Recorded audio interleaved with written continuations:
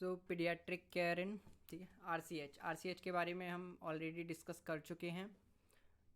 Reproductive and child health care, इसकी history के बारे में, ठीक है। इसका पहले नाम था yes NFPP, national family planning programme, then it converted into CSSM, child survival and safe motherhood programme, और फिर आरसीएच बनाया, ठीक है। ये हम पहले ही डिस्कस कर चुके हैं।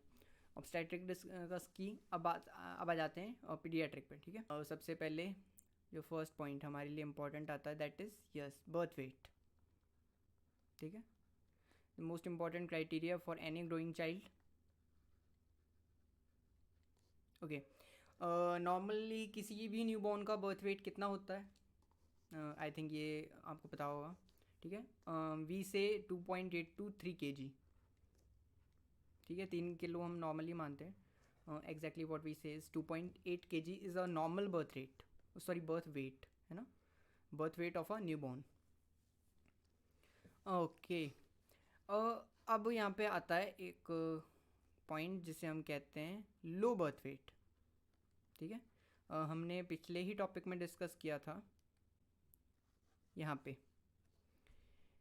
कि आईएमआर हो चाहे एनएनएमआर हो, कहाँ गया ये रहा, हाँ आईएमआर हो एनएनएमआर हो, मतलब न्यूनेटल मोर्टेलिटी रेट, ठीक है। तो चाइल्ड न्यूबॉर्न चाइल्ड की कोई भी डेथ होती है उसका मोस्ट कॉमन क्या क्या होता है? लो बर्थ वेट, ठीक है। इस बारे में पहले डिस्कस कर चुके हैं। तो भाई साहब पॉइंट ये है कि लो बर्थ वेट हम कहेंगे कब की चाइल्ड का लो बर्थ वेट है ना, कैसे डिफाइन करेंगे हम लो बर्थ वेट को? और सिंपली इसको हम कहते हैं जब चाइल्ड का बर्थ वेट हो लेस देन 2.5 kg, ठीक है। अब यहाँ पे एक बकचोदी क्या है कि ये 2.5 kg है, it is irrespective of the period of gestation. क्या लिख दिया मैंने? Irrespective what ever of the period of gestation. इसका मतलब क्या है? इसका मतलब हमें पता है कि 7 मंथ्स के बाद, ठीक है, फॉरेंसिक की नॉलेज से हम अप्लाई कर सकते हैं कि 7 मंथ्स के बाद क्या होता है, फीटस वाइबल हो जाता है, ठीक है। तो उसके बाद यदि उसका बर्थ होता है तो फीटस तो वाइबल है। ऑब्वियसली उस टाइम पे उसका वेट 2.5 kg नहीं होगा, है ना। लेकिन 7 मंथ्स के बाद कभी भी फीटस की डिलीवरी हो, फीटस वाइबल है, और उसके बाद भी यदि उसका वेट 2.5 kg से कम है तो उसको हम लो बर्थ वेट ही कहेंगे, ठीक है। हम ऐसे नहीं कह सकते कि वो पहले आ गया तो उसको थोड़ा सा कंसेशन दे दो, नहीं, वो लो बर्थ वेट ही रहेगा। अब WHO लो बर्थ वेट को क्या करता है, 3 क्लासेस बना देता है सिंपली, ठीक है। एक तो WHO की यदि बात अपन माने तो WHO कहता है कि जो बर्थ वेट है या तो हो सकता है किसी भी चाइल्ड का नॉर्मल नहीं है, तो या तो हो सकता है वो लो बर्थ वेट जिसके बारे में हमने अभी डिस्कस किया, या फिर हो सकता है वो वेरी लो बर्थ वेट, या फिर हो सकता है वो एक्सट्रीमली लो बर्थ वेट। अब लो बर्थ वेट कब होगा इसके बारे में तो हमने अभी डिस्कस किया, ठीक है, जब चाइल्ड का वेट कितना होगा, less then 2.5 kg। Very low birth weight हम कब कहेंगे? जब चाइल्ड का वेट होगा लेस देन 1.5 kg, ओके। और एक्सट्रीमली लो हम तब कहेंगे जब चाइल्ड का या फिर न्यूबॉर्न का वेट होगा less than 1 kg। Moving forward, so यहाँ पे एक और पॉसिबल जो MCQ है वो बनता है कि, ठीक है, लो बर्थ वेट का मोस्ट कॉमन कॉज क्या है, ठीक है। और इसमें कोई रॉकेट साइंस नहीं है, इसका सिंपल सा आंसर है that is intra uterine growth retardation, what we call as intra uterine growth retardation. आसान भाषा में हम कहें तो भाई साहब यूट्रस में ग्रोथ नहीं हो पा रही नन्हे मुन्ने की। Now birth weight of a newborn is measured by, ठीक है, तो इसके लिए एक इंस्ट्रूमेंट होता है जिसको हम नाम देते हैं what, it is called as Salter's scale. Possibly ये आपने देखा हो, ठीक है, हॉस्पिटल्स में तो होता ही है, जो पीडियाट्रिक वार्ड्स होते हैं वहाँ पे भी रखा ही होता है। इवन लेट्स, ठीक है, साल्टर्स स्केल एक बार इसके दर्शन करें तो ये कुछ ऐसा होता है ना, यहाँ पे तो कुछ इससे ठीक है, इससे बर्थ वेट मेजर कैसे करेंगे? सिंपल सी चीज़ है, ये बेसिकली स्प्रिंग टाइप का बर्थ वेट मेजरिंग इंस्ट्रूमेंट है, ठीक है। नीचे जितना फोर्स लगेगा उतना ये डायलर शो कर देगा कुछ इस तरीके से, ठीक है। यहाँ पे इस पैड को, ये वाला जो पैड है हमारा, इसको हम क्या करते हैं, नीचे अटैच कर देते हैं और उस पर बच्चे को बिठा देते हैं, जैसे झूला झुला रहे हो, ठीक है। झूला झुलाना नहीं है, बस बैठाना है ना। बिठा के क्या किया है, फिर कुछ नहीं करना, डायलर शो कर देगा। और एक और चीज़ याद रखते हैं कि शायद बच्चे के क्या करते हैं, पैर बांध देते हैं ताकि वो लात ना मारे, ठीक है। हाँ, दैट वाज अ जोक, पर ये सच है, पैर बांधते हैं। ओके, हाँ। तो what we got to know, इस इंस्ट्रूमेंट का नाम क्या है? Yes, it is called as Salter's scale.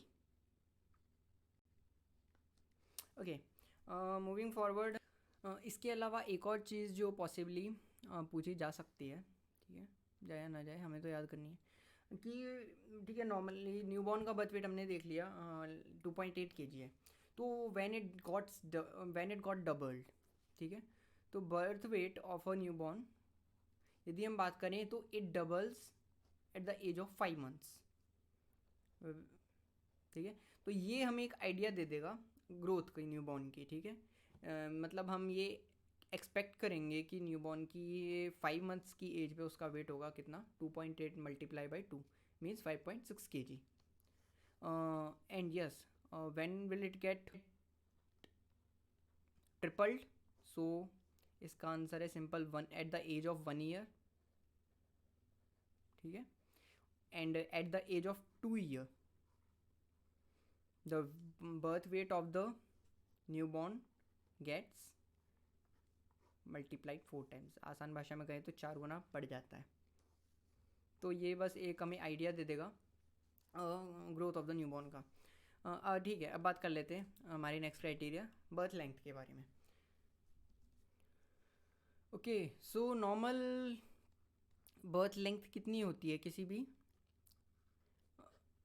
Newborn की? Yes, it is 50 centimeters। Another thing we can get from here is, ठीक है, 50 सेंटीमीटर्स से इसको डबल होने में मीन्स हाइट या फिर लेंथ फीटस की डबल होने में कितना टाइम लगता है? Yes, 4 years। तो व्हेन द फीटस या फिर हमारा न्यूबॉर्न 4 साल का हो जाएगा, अब ये न्यूबॉर्न तो नहीं रहा, लौंडा हो गया अपना, ठीक है, वटेवर। तो 4 साल की एज पे क्या होगी, इसकी बर्थ लेंथ डबल हो जाएगी, means it is expected to be around 100 centimeters। Birth length हम मेजर कैसे करेंगे? तो इसका जो इंस्ट्रूमेंट है उसको हम नाम देते हैं व्हाट, इन्फेंटोमीटर। ये कुछ नहीं है, ये एक स्केल सा रखा हुआ है, ये एक्चुअली कुछ ऐसा दिखता है, ठीक है। ये स्केल रखा हुआ होता है यहाँ पे लाइक दिस, बच्चे को लिटा देते हैं and this part is movable, ये वाला पार्ट हमारा मूवेबल होता है, तो इसको मूव करते हैं, इसके सिर से अड़ा देते हैं, ठीक है। And then the scale shows the height of the baby, more clearly we should say length, ठीक है। इंस्ट्रूमेंट का नाम क्या है फिर से देख लो, इन्फेंटोमीटर।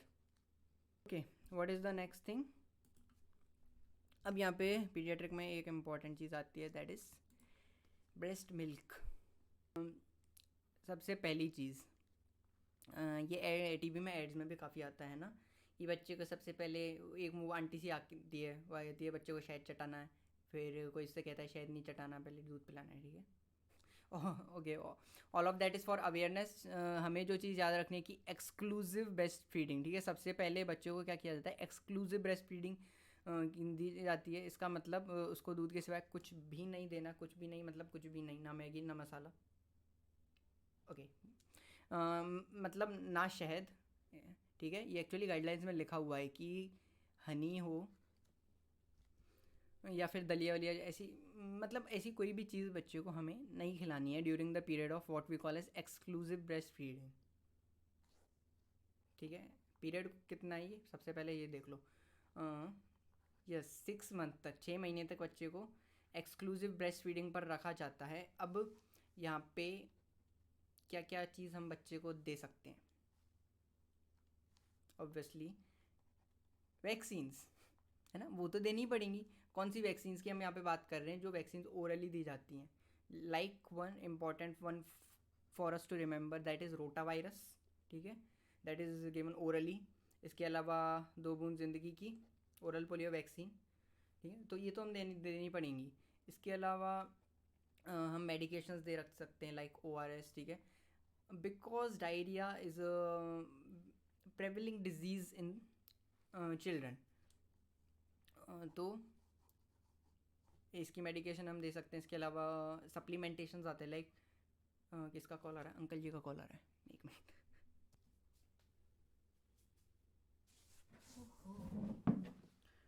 हाँ, तो कहाँ पे थे? Yes, what we can give in exclusive breast feeding time. इसके अलावा हम देख सकते हैं कि विटामिन बी का हम सप्लीमेंटेशन देते हैं। अब ब्रेस्ट मिल्क की बात कर ली जाए, ठीक है। इसके बारे में इम्पोर्टेंट क्या है जानना? ऑब्वियसली कोई भी खाने की चीज़ है तो उसमें सबसे पहले क्या हम देखते हैं? हम टेस्ट देखते हैं, ठीक है। यहाँ टेस्ट नहीं देखना। ब्रेस्ट मिल्क में हम सबसे पहले जो चीज़ हमें याद रखनी है, दैट इज़ एनर्जी कितनी होती है, ठीक है। ये उस चीज़ की तरह है ना, मतलब आप कोई भी खाने की चीज़ खरीदोगे तो शायद आपने देखा होगा कि इसकी पैकेट के पीछे लिखा होता है एनर्जी कंटेंट पर 100 ग्राम, कुछ ऐसा है ना। हाँ, पता है, ज़्यादातर लोग देखते नहीं हैं। ओके, तो ब्रेस्ट मिल्क का भी हम देखते हैं, ठीक है। पर 100 ml एनर्जी यदि हम देखें तो सो पर 100 ml it contains 65 kilo calories, ठीक है। जो अपन नॉर्मल काओ या बफेलो मिल्क वट एवर जो भी अपन पीते हैं, ठीक है, उसमें एनर्जी कंटेंट थोड़ा सा ज़्यादा होता है, दैट इज़ 6 और 7 किलो कैलोरीज, ठीक है। वट एवर, ये रेंज आप याद रख सकते हैं। इसके अलावा another important thing that is protein कितना होता है भाई साहब, जो प्रोटीन फ्री लोग होते हैं लाइक मी। हाँ, protein, so normally breast milk contains 0.9 to 1.1 grams of protein पर वही 100 ml। इसके अलावा ब्रेस्ट मिल्क में सबसे important cheese that is antibodies, जो हम बचपन से पढ़ते आ रहे हैं, ठीक है। इम्पॉर्टेंट क्वेश्चन इज़, ठीक है, कौन कौन सी एंटीबॉडीज़ होती हैं? सारी होती हैं, तो बट हाँ, सबसे ज़्यादा कौन सी होती है? तो इसका आंसर आई नो लगभग सबको पता है, ठीक है। IgA एंटीबॉडीज़ एक्स सबसे ज़्यादा होती है। इसके बाद कौन सी आती है? इसके बाद आती है IgD। इसके बाद, ठीक है, देन होती है हमारी बाकी जो बच गई G, और कौन सी बच गई E, और कौन सी बच गई M। हाँ, ठीक है, ये एंटीबॉडीज़ हो गई हमारी। इसके अलावा one more important thing, amino acid, ठीक है। एक अमाइनो एसिड जो बहुत ज़्यादा इंपॉर्टेंट है, हमें नाम याद रखना, वैसे तो बहुत सारे होते हैं, ठीक है। और टॉरिन, इसका नाम इम्पॉर्टेंट याद रखना क्यों है? क्योंकि ये कंपेरेटिवली ज़्यादा होता है ब्रेस्ट मिल्क में। और ये ज़्यादा क्यों होता है? क्योंकि ये इम्पॉर्टेंट है किसके लिए? ह्यूमन ब्रेन डेवलपमेंट के लिए, ठीक है। और सेम ब्रेन डेवलपमेंट के लिए एक और चीज़ होती है, जो होती है एक असेंशियल फैटी एसिड होता है। असेंशियल नेम सजेस्ट कि हमें डाइट से ही लेना पड़ेगा, ठीक है, जिसको हम नाम देते हैं DHA। अब मोर इम्पॉर्टेंट ये है कि ये भी क्या करता है? ये भी ब्रेन डेवलपमेंट में हेल्प करता है, ठीक है, माइलिनेशन करता है। कि वाइटामस ओबियसली ब्रेस्ट मिल्क में भरपूर भर भर के होते हैं, ठीक है। बट कौन सा वाइटामिन डेफिशिएंट होता है? हम बात कर रहे हैं ब्रेस्ट मिल्क की। एक विटामिन है जो ब्रेस्ट मिल्क में बहुत ज़्यादा मतलब डेफिशिएंट होता है, and that is, we should know, vitamin D, ठीक है। इसीलिए कोई भी जो भी यूरोपियन लेडीज़ होती हैं तो वहाँ पे चिल्ड्रन को, अब किसका कॉल आ रहा है जान दो। हाँ, यूरोपियन लेडीज़ को विटामिन D का क्या दिया जाता है? सप्लीमेंटेशन दिया जाता है। यूरोप में क्यों, यहाँ क्यों नहीं? क्योंकि यहाँ बच्चे खूब धूप में डोलते हैं, तो कोई दिक्कत वाली बात नहीं है, मिल जाएगा उनको, है ना। वहाँ नहीं डोलते क्या? मेरे को क्या पता। हाँ, ठीक है, ब्रेस्ट मिल्क में विटामिन D डेफिशिएंट होता है, बट जो अपन नॉर्मली मिल्क पीते हैं, सरस वट एवर, ठीक है, उसमें जो विटामिन मोस्ट डेफिशिएंट होता है दैट इज़ C। इसके अलावा और क्या क्या पूछ सकते हैं जो वाइवा में पूछा जा सकता है? अच्छा, ये ना सिर्फ फालतू बातें होती हैं वाइवा में, जो भी बोलते हैं ना पूछा जा सकता है, मतलब पूछते वही हैं जो नहीं आता होता हमें, उन्हें कुछ ऐसा ही पूछना होता है। फिर भी देख लेते हैं, ठीक है, कि ब्रेस्ट फीडिंग कब स्टार्ट करनी चाहिए। तो इसका सिंपल सा आंसर है मुहूर्त निकालेंगे, नहीं निकालेंगे, ठीक है। जब जितना जल्दी हो सके एज सून एज पॉसिबल आपको स्टार्ट कर देनी है, ठीक है। इसका एक फ़ायदा होता है, पता है, ये बहुत मस्त कॉन्सेप्ट है कि ब्रेस्ट फीडिंग करेंगे ना तो क्या होगा, ऑक्सीटोसिन रिलीज़ होगा, इधर लिख देते हैं। और ऑक्सीटोसिन जब रिलीज़ होगा तो क्या होगा, यस, जो भी फीमेल है उसको पोस्ट पार्टम हैमरेज, ठीक है, जो भी डिलीवरी के बाद ब्लड लॉस होता है तो वो सिग्निफिकेंटली रिड्यूस हो जाता है, ठीक है। तो फीमेल को बहुत बड़ा बेनिफिट होता है इसका, तो जितना जल्दी हो सके ब्रेस्ट फीडिंग इनिशिएट कर देनी चाहिए, ठीक है। तो एक चीज़ तो हमने अभी थोड़ी देर पहले देखी कि काउज मिल्क में एनर्जी कंपैरेटिवली ब्रेस्ट मिल्क की ज़्यादा होती है। हमने देखा यहाँ पे एनर्जी कितनी होती है, 65 किलो कैलोरीज, यहाँ पे लिख देता हूँ मैं एनर्जी, ठीक है, समझ जाएंगे। यहाँ पे से कंपैरेटिवली थोड़ी सी ज़्यादा होती है, आई कैन से 66 और 67 और 68, ठीक है, ज़्यादा फ़र्क नहीं होगा। इसके अलावा काउज मिल्क की यदि बात की जाए तो यहाँ पे एनर्जी ज़्यादा है, इसके अलावा यहाँ पे अमाउंट ऑफ प्रोटीन ज़्यादा होगा, फैट भी थोड़ा सा ज़्यादा होगा, ठीक है। मोर इम्पॉर्टेंट जिसकी हम बात कर रहे हैं ब्रेस्ट मिल्क, इसमें 4 कंपोनेंट जो इसको अलग बनाते हैं वो क्या हैं, iron first thing, second thing is lactose और water content, yes, and the fourth one is जो कि इम्पॉर्टेंट आता है कैल्शियम फॉस्फोरस रेशियो।